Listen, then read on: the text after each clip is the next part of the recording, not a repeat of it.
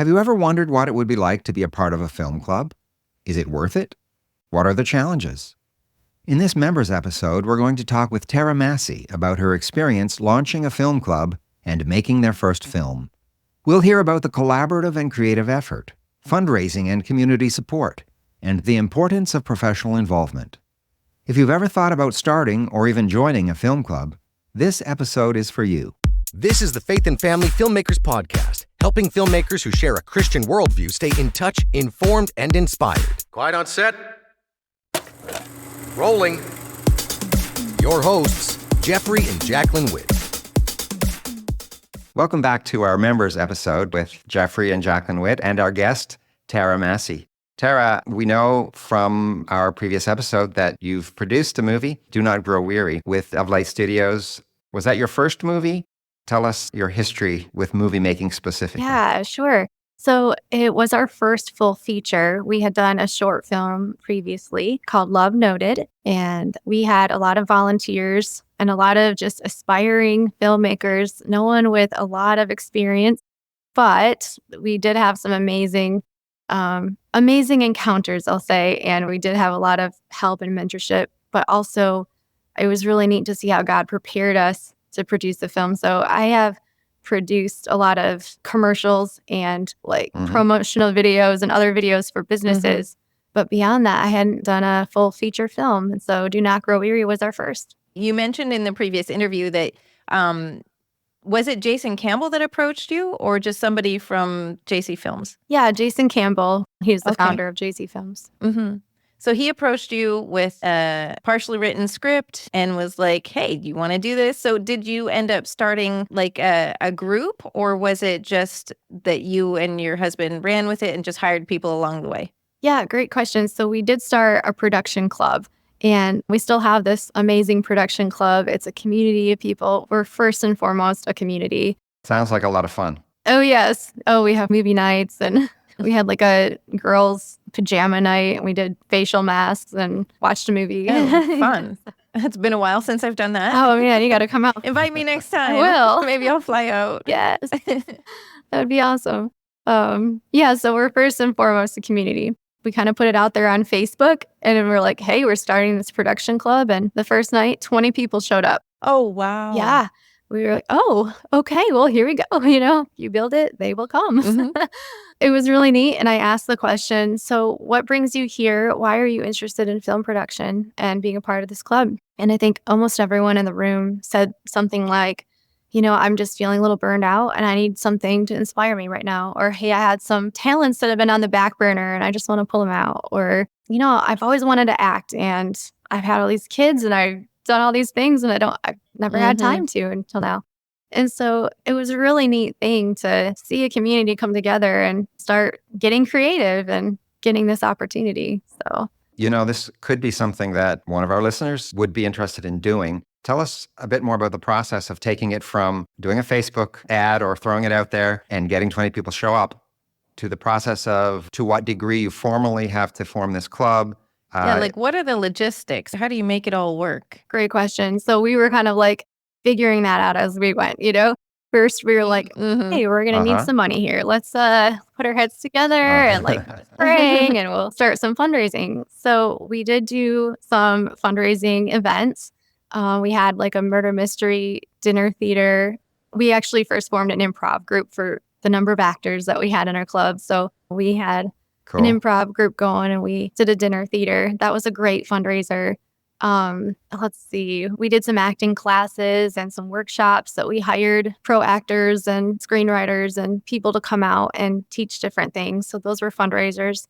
Trying to think. And then we started filming, and this is interesting. So I really felt like the Lord was putting October of 2022 on my heart for the filming to start. And it was interesting because at that time we were ending our weddings for Double Light Photography. We were like, hey, after this, we are going to be done with weddings. But we still had some in October, and that was really going to help pay our personal bills and things. So we were kind of like, you know what, we're going to be sustained. Let's shoot this thing. And so we blocked out 14 days in October. We did not have all our money raised, but we did have a lot of resources. We had our locations ready to go. And I mentioned in the other episode, we live in a Hallmark town. We have a very beautiful small town. And it's also tight-knit. We got to know all of our business owners around us in 2020. And so it's just so cool how the Lord kind of paved the way for us. So we went to these business owners and we just asked them, hey, do you want to be involved with our movie? Can we use your location for this or that? And so our studio is basically our staging area.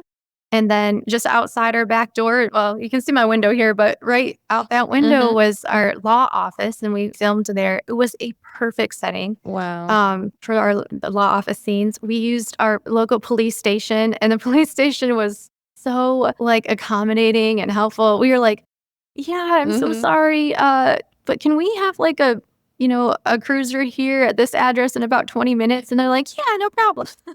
Oh, awesome. Cool. So we'd go and use the jail. We filmed all day in jail. It was so much fun. Oh my gosh. Yeah. So our locations was based on the generosity of our town. And then also we had a power player in our club who just went out and asked all kinds of businesses if they would feed our cast and crew. And so we had tons of free catering, and we never ate pizza. I mean, we did not eat pizza on our set unless it was donated to us. It was amazing. So we were just very spoiled in that way with all our sponsors. That sounds really exciting, but I'm sure that there's going to be pros and cons to every scenario. Just to kind of give people an idea, if they do want to start a club, there's going to be pros and cons, like there is with anything. Absolutely. And challenges. What's the challenges? Yeah, so we are a year and a half since we started filming. We are almost to the finish line. The film is in scoring right now, and then it will be in audio mixing and coloring. And then it should be done end of March.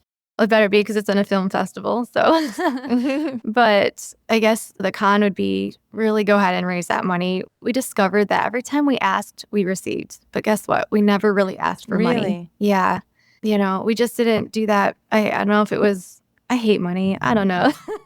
Yeah, it's hard to approach that, right? It's one thing if you have a track record, but as we've been talking, this was your first feature. And so I think sometimes it can be really difficult to put yourself out there and ask for people to invest in you if you're just starting out. That's so true. It was. I mean, we believed 100% in what we were doing because God was just paving the way for us. But it was also that was a thing we didn't really step out in faith with, just asking for the money. I believe it takes a miracle and money to make a movie, and the miracle came easier than the money. So, oh man, how many people can relate to that? Yeah. So I guess definitely one of the upsides of a film club would be if you're new to the industry in whatever capacity you're interested in, whether it be acting or director of photography or I don't know. Is that a good place for people to start out? Because I guess everybody involved in the club has an opportunity to participate, right? That's right. To an extent, yes. And we'll say that there were other, I guess, pros and cons. So let me kind of explain what happened. Sure. We had people interested in all kinds of crew roles, but everyone really is a production assistant if they don't know how to run the gear. My husband has had experience with being a DP, so that was a huge benefit. We had someone who had experience being a first AD. He walked onto our set. Well, he came to a production meeting. I wasn't even here, and I was kind of in charge of everything, I wasn't even here for that meeting, but I met him on set. He had seen a TV interview that I did, and he recognized me from his sister's wedding. And so he showed up, just cool little, connections. And he showed up and was the perfect first AD for us. So he really kept things organized on set. He came through and he gathered props and organized our props for us as well. But even cooler, this is where it got really whoa. So Jason and I had known of this filmmaker in our area, but we never really reached out to him or anything like that. He actually reached out to us, and oh wow, it was really neat. So about 2 weeks before we started filming, he came to us and just had coffee, and he kind of told us a little bit about what he was doing, and he said, "So I hear you guys are making a movie," and we're like, "Yeah," and he goes, "Well, would you like any help?" And we were like, Yes, like desperate, yes. Yes, please. Yes. So he came and met with us again just a few days later, and he brought his friend Ben Macy Jack. So we had Shane McMullen and Ben Macy Jack. Both of them directed, produced, were very involved with the Kendrick brothers a lot and in Atlanta and such. So they had a huge amount of experience, and they were like, why don't you guys use our cameras and our gear? And I was still struggling with scheduling. Oh, wow. Yeah, I wasn't using like the software or anything. I had a lot of logistics figured out, but was still working on call sheets and things like that without a software. So Ben came in and fixed all of that and helped me with all of that. So we had Blackmagic, 6K cameras. And I mean, it was just amazing to be able to make our quality just, jump up because we had their equipment now and we had their mentorship. So they really helped us. And it was like a godsend. So we had that. And then from there, people just started showing up that we had never heard of or seen before. So people outside of the club, they were like, oh, you're making a movie? Can I help? And well, sure. What can you do? I can hold things. So they were gaffers and grips. And, we just kind of threw them in. We had some people from Charlotte, North Carolina. They drove 2 hours almost every day to come and hang out on set with us and help hold things and, move things around and do a lot of crew work. It was really amazing who showed up at the right time and their skill set. And we listened, to a lot of people, their ideas and things, but they also really respected our vision. And it was just this really beautiful synergy. Like, honestly, a really perfect example of what the kingdom of heaven, should look like. It was beautiful. Right. Exactly. So, okay, where did the majority of the funding end up going? How did that work? Because I think that, we did kind of touch on money for a bit, but I don't know if you're comfortable talking about what you were able to make the movie for, but at least where did the majority of the money end up going to? Yeah, great question. I did forget to mention that during our filming, we also had a big day at the courtroom. We had about 100 extras and Oh, wow. It's a lot. it is. It was a lot to manage. And it was really fun too. And people traveled from like Canada to come and be in it. Because it was Dean Day, we called it. That was the day Dean was filming with us. Okay. So they got to be in a scene with Dean. And yeah, it was hilarious. So that day we had all our scenes with Dean filmed and most of them took place at the courthouse. And then he did a fundraiser with us. So we did dessert with Dean Cain and we served desserts. We shared the story. We had Dean speak. Everyone got a picture with Dean. It was amazing. And we raised a lot of money. And the money went to a little bit toward like the gear just for them allowing us. I mean, everything was super discounted for us, but we did rent some things. So gear. And then some went to just overall expenses for props and things like that. Let's see. Some went toward editing and audio guy was paid. Let's see. And then some also went to Jason for DPing and then just helped us with some expenses. And then now we're really trying to finish paying, our editor and for the scoring as well. And then distribution and getting it into film festivals and any premiere costs. So we're looking to still raise about, I don't know, around, I think it was 7,000 or so. We're still trying to get, but we've learned, like I said, we've learned to ask for money. So we're getting on it, starting to go find some people to ask. It sounds like one of the benefits of the club is in connections. If you have 10 connections in your community, or it's 50 connections in your community, if you multiply that by 20 people, when you're looking for locations as favors especially, and you mentioned one of them was a power player who knew lots of the businesses, I believe you said, and there's certainly advantages to having more people reaching out to their connections than just 2 or 3. It was so true. And, everyone in the club had we just had a diverse group of people, a lot of different backgrounds. We had a lot of people in healthcare. We had, just a huge variety and gifts and talents. And I think of Susan Englert. She's a graphic designer and she helped immensely. She actually did our casting as well, but she helped with a lot of the artwork and promotions for fundraising events and a lot of logistics. But people just wanted to help and they wanted to stretch themselves.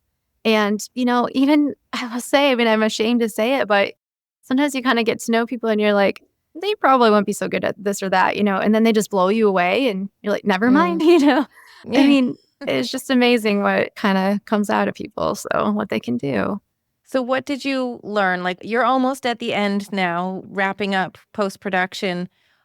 What have you learned? What are your major takeaways from this process? Yeah, I think that one of the major takeaways is having, one solid vision and casting that well, communicating that effectively, and, being a Christ-like leader too. And we were very humbled at this point. Jason and I, we just were like very humbled to be putting on this film, but also, facilitating this club and leading it. We felt like the Lord was really entrusting something amazing to us, and we didn't really know why, but we also really found a lot of purpose in that, and being able to use our gifts and talents for such an amazing thing with a group of people was, just a miracle. And like I said, it just was so much a picture of what the kingdom of heaven looked like. And so we had to keep that in mind. We had to put God first in everything. And we let the scriptures really just change our lives. And there were a lot of scriptures in this film. And, we didn't want them to be like really forcing anything, but we did want to present truth in a very creative way.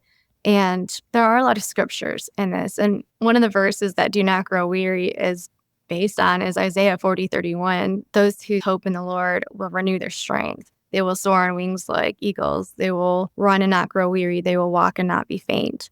And it was really cool because that was a verse that has stuck with me for a long time throughout my life, but it just spoke volumes, Also, when I was going through my depression before we got into all of this, so what led me into the filmmaking world was me just going through a breaking point. I was so depressed, and you know what? I have an acting class. I'm going to take this opportunity. I need to get away from my life, and I went and did that. And that's what led us to making this movie. But also scripture changed my life there.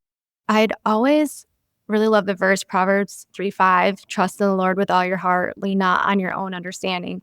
In all your ways acknowledge him and he will make your path straight. And, to be honest, I would meditate on that verse. So I'm an ultra runner. And so I'd be running for like 10, 12 hours. And that's the verse I would meditate on. And I would get really sick of it. I'd be like, Lord, can you just give me another verse here? I think he just is like, no, because you're not getting it yet. You don't know what it fully means to trust me. And I thought I was. But then I had this day where I was like, I'm so done being depressed. I'm so done. I've done everything I can. I don't know how to break this. And the song came to my head, and it was from 1 Peter 5:7.